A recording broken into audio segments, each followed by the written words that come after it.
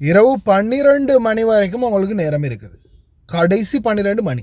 12 மணிக்குள்ளே வெளியாகிட்டிங்கன்னா எந்த பிரச்சனையும் இல்லை. 12 மணியை தாண்டி அடுத்த நாள் எட்டி வச்சுட்டீங்க, முடிஞ்சு போச்சு. அஸ்ஸலாமு அலைக்கும் வரஹ்மத்துல்லாஹி வபரகாத்துஹு. அன்பார்ந்த அனைத்து உறவுகளுக்கும் இனிய மதிய வணக்கம். என்னடா பீதியை கிளப்புற, என்னடா 12 மணி, என்னடா மேட்டர் அப்படின்னு தலையை பிச்சுக்கிறீங்களா?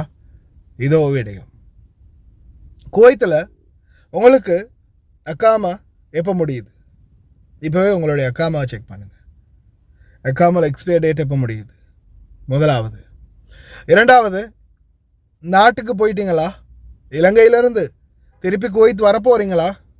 ஏர்போர்ட் போகும்போது குறிப்பாக 2 வருடம் முடிச்சுட்டு நீங்கள் நாட்டுக்கு போயிருக்கீங்க, திருப்பி வரப்போகிறீங்க. 2 வருடம் 3 வருடம் 4 வருடம் நீங்கள் முடிச்சுட்டு நாட்டுக்கு போயிருக்கிறீங்க, வெக்கேஷனில் போயிருக்கீங்க, திருப்பி குவைத்துக்கு வர்றதுக்காக ஏர்போர்ட் போவீங்க, ரிட்டர்ன் டிக்கெட்டோடு தான் போயிருக்கீங்க. மிக முக்கியமான தகவல் இதில் முதலாவதாக 12 மணி தகவல் என்னன்றதை பார்த்துடலாம். நிறைய பேர் எனக்கு அனுப்பக்கூடிய மெசேஜ், அதில் கேட்கக்கூடிய மெயினான கேள்வி என்னென்னா, எனக்கு அக்காமா இன்னைக்கு முடியுது, அக்காமா இன்னைக்கு முடியுது, அப்போது நான் நாளைக்கு அல்லது நாளை அன்னைக்கு டிக்கெட் போட்டு போகலாமா? அக்காமா முடிஞ்ச எத்தனை நாளையில் நான் நாட்டை விட்டு குவைத்தை விட்டு வெளியேறணும்? எத்தனை நாள்லேருந்து கராமா எனக்கு ஸ்டார்ட் ஆகும்? அதாவது முக்காலஃபா அபராதம் குடியுரிமை மீறல் எப்பையிலேருந்து எனக்கு ஸ்டார்ட் ஆகும்? எப்போ நான் டிக்கெட் போட்டு போகலாம்? மறுபடியும் அக்காமா அடிக்க போகிறது இல்லை, எனக்கு நாளைக்கு மட்டுக்கும் வேலை இருக்குது, இல்லை நாளான்னைக்கு மட்டுக்கும் வேலை இருக்குது, அப்போது நான் ஒரு 2 நாளில் டிக்கெட் போட்டு போகலாமா? ஆனால் அக்காமா இன்னையோட முடியுது. அப்படியான உங்களுக்கு தான் இந்த முக்கிய தகவல். நீங்கள் தான் சரியாக நைட்டு 12 மணி, இன்றைக்கி நைட்டு, அதாவது இன்றைக்கி திகதி 9ஆம் திகதி, 9ஆம் திகதின்னா 8ஆம் திகதின்னா விடிகிறது 9ஆம் திகதி, ஆனால் உங்களுடைய அக்காமா முடியுது 8ஆம் திகதி. அப்படின்ற பட்சத்தில் இந்த 8ஆம் திகதி முடிகிறது நைட்டு 12 மணிக்கு. இந்த நைட்டு 12 மணிக்கு முதல்ல நீங்கள் இந்த நாட்டை விட்டு ஒன்று வெளியேறணும். அப்படி இல்லாத பட்சத்தில் விமான நிலையத்துக்கு போகிறீங்களா இருந்தால் நீங்கள் கேனட்டோடு போகணும். உங்களுக்கான கராமா ஒரு நாளைக்கு 2 தினார், அதை நீங்கள் கட்டினாதான் இந்த நாட்டை விட்டு வெளியேற முடியும்.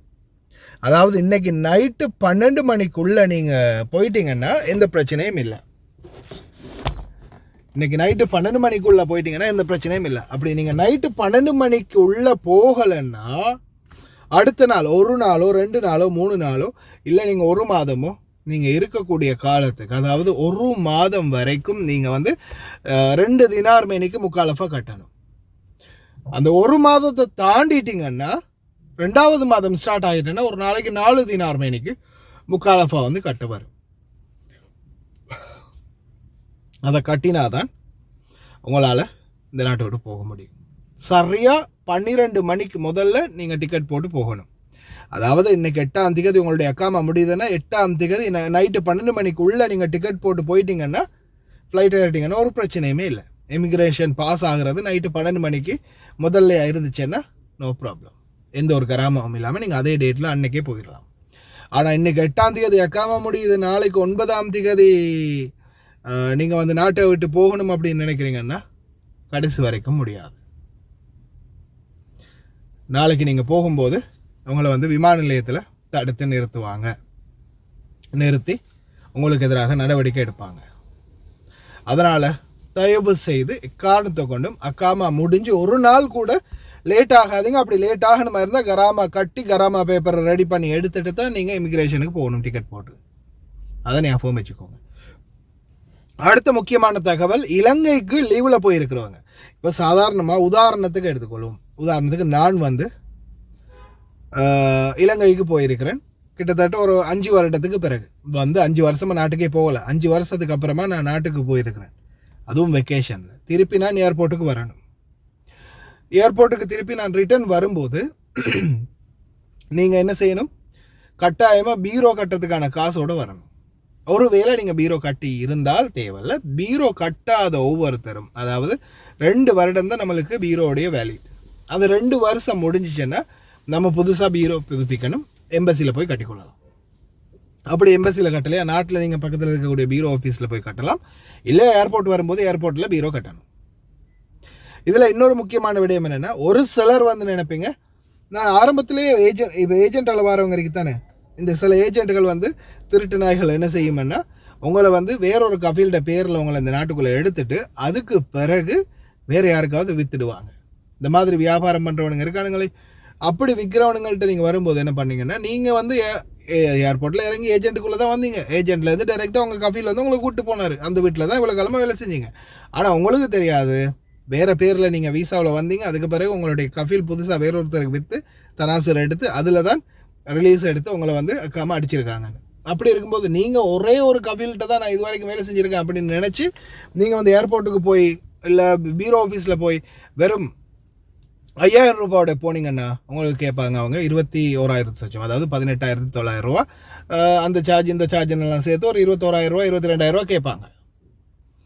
ஆனால் அதே நீங்கள் சிங்கிள் கஃபீல் தான், உண்மைக்குமே டைரெக்டாக அந்த கஃபீல் வீசா அனுப்பி அந்த கஃபீல்கிட்டே வந்து அங்கேயே தான் வேலை பார்த்தேன், இது வரைக்கும் அங்கே தான் இருக்கிறேன் அப்படின்ற பட்சத்தில் உங்களுக்கு கன்ஃபார்ம் இவங்க ஒரே ஒரு கஃபீல் தான் எனக்கு அப்படின்றது கன்ஃபார்ம் பண்ணால் தனாசர் நீங்கள் மாறலை. 2வது கஃபீல் கோயத்துக்குள்ளே நீங்கள் இருந்த காலத்தில் மாறலை அப்படின்ற பட்சத்தில் நீங்கள் வந்து நார்மலாக ஜஸ்ட் ஒரு 5,000க்குள்ளேயே முடிச்சிடலாம்.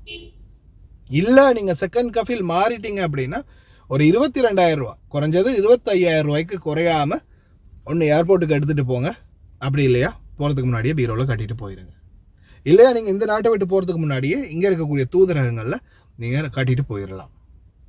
அப்படி கட்டிட்டு போகாத பட்சத்தில் உங்களுக்கு நாட்டில் இருந்து திருப்பி வரும்போது ஏர்போர்ட்டுக்கு போன உடனே பீரோ ஆஃபீஸில் பீரோ கட்டிட்டு போக சொல்லுவாங்க. ஒருவேளை கையில் காசு இல்லாமல் வந்தீங்கன்னா பயணம் தடைப்படலாம், உங்களோட டிக்கெட் கேன்சல் ஆகிறதுக்கு வாய்ப்பு இருக்குது. நீங்கள் அந்த காசை கட்டாமல் உங்களால் ட்ராவல் பண்ண முடியாது. அதனால் தயவு செய்து முடிந்த வரைக்கும் யாராக இருந்தாலும் சரி பீரோ கட்டலையா பீரோவை மறக்காமல் கட்டிட்டு போங்க. அப்படி பீரோ நீங்கள் ஒருவேளை இங்கே ஏர்போர்ட்டில் கட்டிட்டு போனீங்கன்னா, இந்த எம்பசியில் கட்டிட்டு போனீங்கன்னா உங்களுக்கு கட்ட வேண்டிய தேவை இருக்காது. அதே மாதிரி நீங்கள் நாட்டுக்கு போய், அதாவது வெளிநாட்டுக்கு வந்து இப்போ 2 வருஷம் நீங்கள் வீசா அடித்து வந்துருக்கீங்க, பீரோ எல்லாம் கட்டி வந்துருக்கீங்க. இடையில் நீங்கள் 1 வருஷத்துலேயே நாட்டுக்கு போயிட்டீங்க, இல்லை வெக்கேஷனில் போயிட்டீங்க, இல்லை வந்து 6 மாதத்துலேயோ வந்து ஒரு 1.5 வருடத்துலையோ 2 வருஷம் முடிகிறதுக்கு இடையில் நீங்கள் நாட்டுக்கு போயிட்டீங்க, ஒரு அவசர வேலையாக திருப்பி வருவீங்க. 2 வருஷம் முடிகிறதுக்கு இடையில் நீங்கள் நாட்டுக்கு போயிட்டு திருப்பி வரீங்கன்னா உங்களுக்கு பீரோ கட்ட வேண்டிய அவசியம் இருக்காது.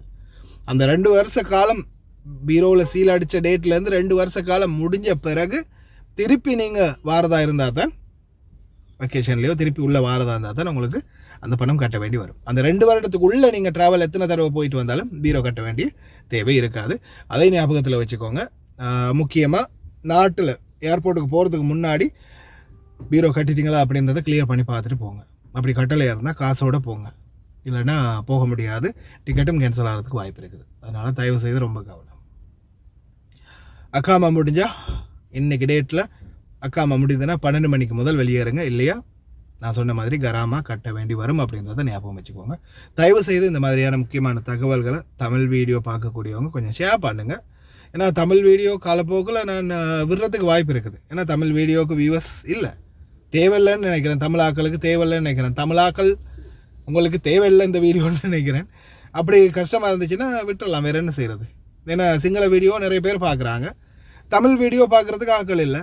சும்மா எதுக்கு 2 வீடியோ போட்டு பேசி கதைச்சி தொண்டை தண்ணி வத்த மெனக்கட வேண்டிய அவசியம் இல்லை. சிங்கள வீடியோ அதிகமாக வியூவர்ஸ் பார்க்கக்கூடிய வீடியோவை பார்த்துட்டு போயிடலாம். ஏன்னா சும்மா பேருக்கு நான் வீடியோ போட்டு வேலை இல்லையா. ஓகே, முடிஞ்சால் ஷேர் பண்ணுங்கள்.